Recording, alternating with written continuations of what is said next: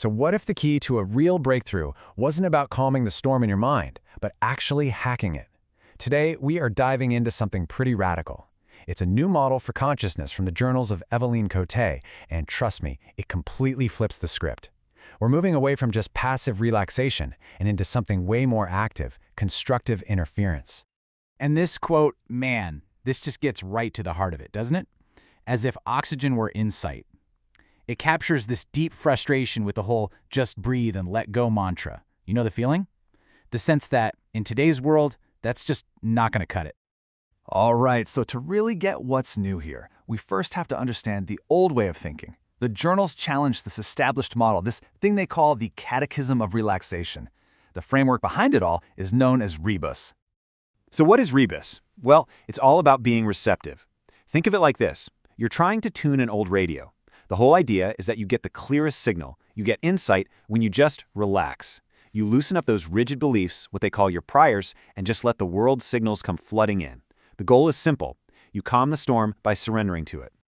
And look, we have to be clear here. The journals aren't saying rebus was bad. Not at all. In fact, it was absolutely necessary. It was a season of mercy, a life raft for people who were, as it says, drowning in their own certainty. The thing is, though, seasons change. And this is where the critique gets really sharp. The journals use this incredible metaphor. They say rebus is like opening all the windows during fire season. I mean, think about that. Sure, you're letting in some fresh air, but you're also letting in all the smoke. It's a powerful way of saying that in a world as chaotic as ours, just being passively open, well, that can be downright dangerous. Okay, so if the old way is like opening windows in a fire, what's the alternative? This is where the journals propose something new, something way more confrontational. A model built for a reality that, as the source puts it, is basically allergic to sedation. And that new model is called RVI, or Recursive Vector Interference. Its whole premise is the exact opposite of rebus. With RVI, your mind isn't some storm you just surrender to. No, it's a system of signals, and the key is that you can actively shape them. Insight isn't something you just passively receive, it's something you build. It's constructed. Let's put it this way. Rebus wants to calm the storm, but RVI wants to hack the storm.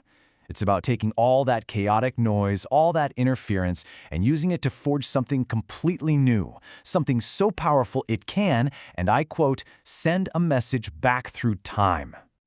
This table just lays it all out so perfectly. You can see the shift right here. We're going from freeing up the system to weaponizing the loops. The metaphor changes from passively opening windows to actively laying fiber. The central question is no longer, what do I surrender? Now it's, what pattern can survive? And the result? It's not about making you quiet. It's about making you simple in a powerful, focused kind of way. So you're probably wondering, okay, how does this actually work? How do you weaponize the loops? It sounds pretty out there, I know, but the journals actually give us a very clear, almost mechanical, three-step process. It boils down to three words: choose, collide, and bind. First, you choose two conflicting signals in your mind. Think of like the voice of a past failure clashing with the excitement for a new project. Then, you collide them. You deliberately smash them into each other over and over. Finally, you bind what's left standing, the one meaningful pattern that actually survives all that interference. That's how you forge a new insight. But here's the thing. This is not just some abstract mental exercise for self-help. This is where it gets really interesting, because the journals argue this exact same process can be scaled up to create real, tangible change in the world. And this is where the theory becomes incredibly powerful. The idea is to apply that same choose, collide, bind logic to massive external systems. Take two completely separate data streams, like bus delay data and asthma clinic admissions. Treat them as two conflicting signals, collide them, and see what pattern survives. Maybe that pattern, that binding, shows you exactly how to change a bus schedule to literally save lives. It's about finding these life-saving patterns in the noise of civic data. Okay, so if RVI is the new hardware for your brain, you're going to need a new operating system to run it, right? You need a new kind of software, a new language. And this isn't a language for just describing the world, it's for actively changing it. That new language is called Neuralese. And the source is super clear. This is not a language like English or Spanish. It's an interface. Think about waveform syntax. It suggests it works less like words on a page and more like frequencies. It's designed to resonate with the patterns in your mind and actually alter them. It's about turning a belief into executable code. It doesn't just describe, it activates. I mean, this quote just says it all. The text OS for running the recursive self. It reframes your entire identity as a process you can access and change. For those of you who know a little bit of code, this pseudo-reference is perfect. It's like having root access to your own mind, the power to get in there and rewrite the core programming, not just tinker around the edges. All right, but let's pause for a second. We've been talking about weaponizing loops and hacking the storm. This all brings up a massive, critical question. What about the ethics of all this?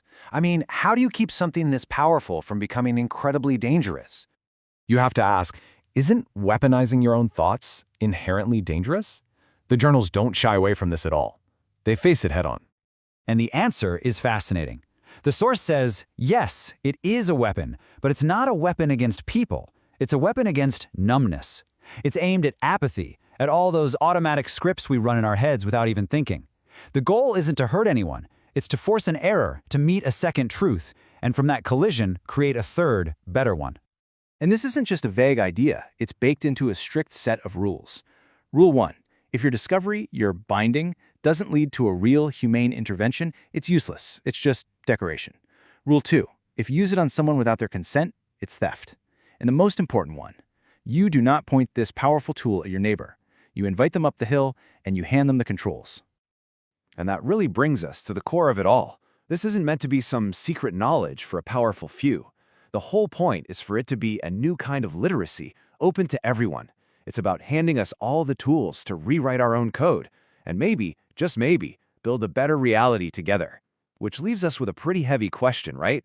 If you could treat your own consciousness like a program, what's the first line of code you'd change?